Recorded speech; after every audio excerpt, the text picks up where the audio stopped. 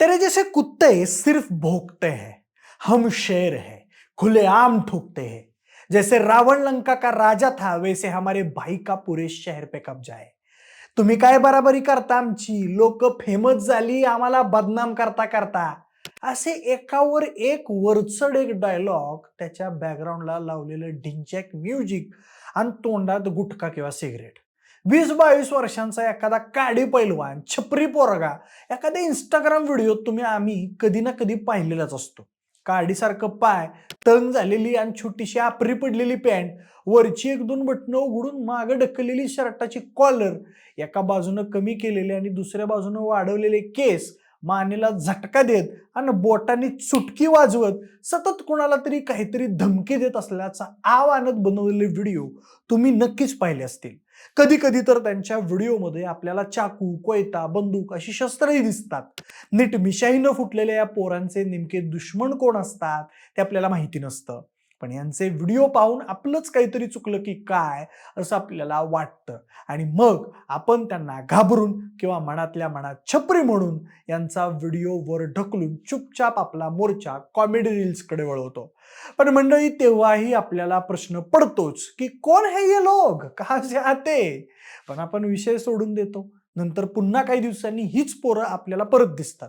पण यावेळी त्यांनी हात जोडलेले असतात आणि ते चक्क माफी मागत असतात.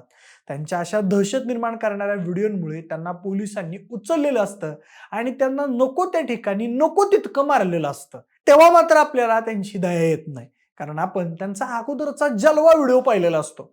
त्यामुळे पोलिसांनी यांचा जलवा योग्य मार्गाने बाहेर काढलेला पाहून आपल्याला बरं वाटतं. पण तरीही पोरं असे व्हिडिओ का करत असतील?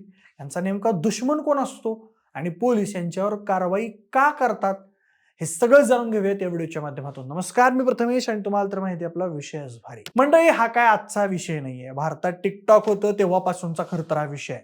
असे डायलॉग मारून मारून पोरं फेमस झाली, त्यांचे खंदे सपोर्टर तयार झाले, त्यांनी पैसा कमवला आणि त्यानंतर त्यांच्यात चढाओढ निर्माण झाली. यातून त्यांच्या टोळ्या तयार झाल्या आणि अनेकदा यांच्यात मारामाऱ्याही झाल्या. जी पोरं फेमस झाली त्यांना पाहून अनेक नव्या पोरांनाही आवडायला लागलं. मग पोरांना वाटायला लागलं की अभ्यास, कॉलेज आणि जॉब करून कुणाचं भलं झालंय, त्यापेक्षा बाई होणं कधी पण भारी. म्हणून मग अनेकांनी हेच करायला सुरुवात केली. त्यातून मग दुसऱ्या ग्रुप सोबतची दुश्मनी वाढली, मग गुन्हेगारी वाढली आणि आपल्याला तर माहीतच आहे की गुन्हेगारीत फक्त प्रवेश करता येतो, त्यातून एक्झिट अजिबात घेता येत नसते. एकदा माणसावर गुन्हेगारीचा शिक्का बसला की त्याला समाज काय लवकर स्वीकारत नसतो आणि मग तो समाजालाच त्याचा दुश्मन ठरवून गुन्हेगारीच्या तळ्यात अजून बुडत जातो. मी याच पोरांच्या अशाच एका व्हिडिओमध्ये यांचाच एक डायलॉग ऐकला होता. कधी पण तयारीतच राहायचं, कारण माणसं आणि वातावरण कधी बदलतील सांगता येत नाही. आणि हाच डायलॉग या पोरांना चांगलाच लागू होतो, कारण महाराष्ट्र पोलिसांनी आता अशा पोरांकडे विशेष लक्ष द्यायचं ठरवलंय आणि त्यामुळे या पोरांचं वातावरण चांगलंच बदलणार आहे असं वाटतंय. तर झालं असं मंडळी की छत्रपती संभाजीनगरमध्ये या अशा प्रकारचे व्हिडिओ बनवणाऱ्या पोरांनी पोलिसांना इतका त्रास दिला की तिथल्या पोलीस आयुक्तांनी बाकी सगळं बाजूला ठेवून आधी या छपरी पोरांचाच बंदोबस्त करायचं ठरवलं. संभाजीनगरमध्ये अशा टोळ्या, त्यांचं नेतृत्व करणारे भाई यांचा इतका सुळसुळाट झालाय की पोलीस जेव्हा त्यांच्या भाईला एखाद्या गुन्ह्यात अटक करायचे, तेव्हा हे भाई जेलची हवा खात असताना किंवा त्यांना न्यायालयात हजर करताना, वैद्यकीय तपासणीसाठी नेताना किंवा पंचनाम्यासाठी फिरवताना त्यांचे बाहेरचे खंदे समर्थक आणि फॅन्स भाईचे व्हिडिओ शूट करायचे. त्याला भडक आणि दहशत निर्माण करणारं संगीत जोडून भाईगिरीचे रील्स व्हायरल करायचे. त्यामुळे हा भाई अजूनच चर्चेत यायचा आणि सामान्य लोकांमध्ये या गँगची दहशत निर्माण व्हायची आणि मग हे अजून गुन्हेगारी करून फेमस होण्याचा प्रयत्न करायचे. पण यांचा हा खेळ पोलीस आयुक्त प्रवीण पवार यांच्या लक्षात आला आणि मग त्यांनी यांचा प्रॉपर बंदोबस्त करायचं ठरवलं. अगोदर यांना 3-4 टोले देऊन समज देऊन सोडलं जायचं, पण आता अशा प्रकारचे सोशल मीडियावर गुन्हेगारीचे उदात्तीकरण करणाऱ्यांवर थेट गुन्हे दाखल करण्याचे आदेश संभाजीनगरच्या पोलीस आयुक्तांनी दिलेले आहेत. त्यामुळे आता हा व्हिडिओ बनवण्याचा खेळ गल्लीबोळातील पोरांना महागात पडणार आहे.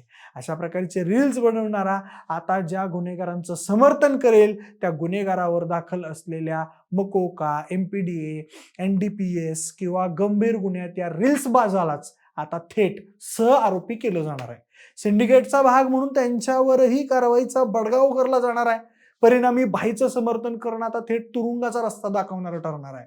मंडळी, छत्रपती संभाजीनगर शहरात दहशत माजवणारे आणि स्वतःला शहराचा डॉन म्हणून घेणारे टिप्या, पवन दिवेकर, तेजा, मुकेश साळवे, विकी हेल्मेट यासारखे कुख्यात गुन्हेगार शहरात टोळ्या चालवतात.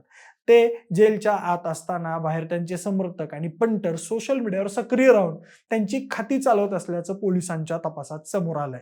यावर सायबर पोलिसांनी धडक मोहीम उघडून शहरातील तब्बल 220 कुख्यात आणि सराईत गुन्हेगारांच्या नावानं चालवली जाणारी सोशल मीडिया खाती शोधून काढली. त्यावरचे आक्षेपार्ह आणि दहशत पसरवणारे रील्स बघून पोलिसांनी तत्काळ खाती बंद केल्याची माहिती सायबर पोलिसांनी दिली. त्यानंतर संभाजीनगर पोलिसांनी असे भाईगिरीचे रील्स बनवणाऱ्या आणि ते व्हायरल करणाऱ्या 40 जणांना सायबर ठाण्यात बोलावून सज्जड दम भरलाय.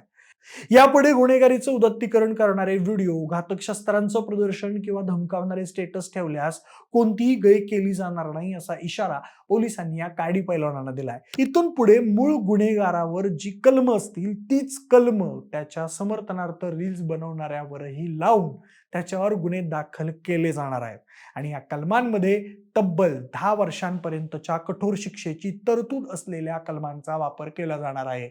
शहरी भागात वाढती गुन्हेगारी लक्षात घेता छत्रपती संभाजीनगर पोलिसांनी घेतलेल्या या भूमिकेचं सध्या राज्यभरातून कौतुक होत आहे आणि लवकरच सगळ्या मोठ्या शहरांमध्ये अशाच प्रकारचे कडक नियम या छपरी रील्स बनवणाऱ्या पैलवानांसाठी लागू करण्यात येणार असल्याची चर्चा आहे.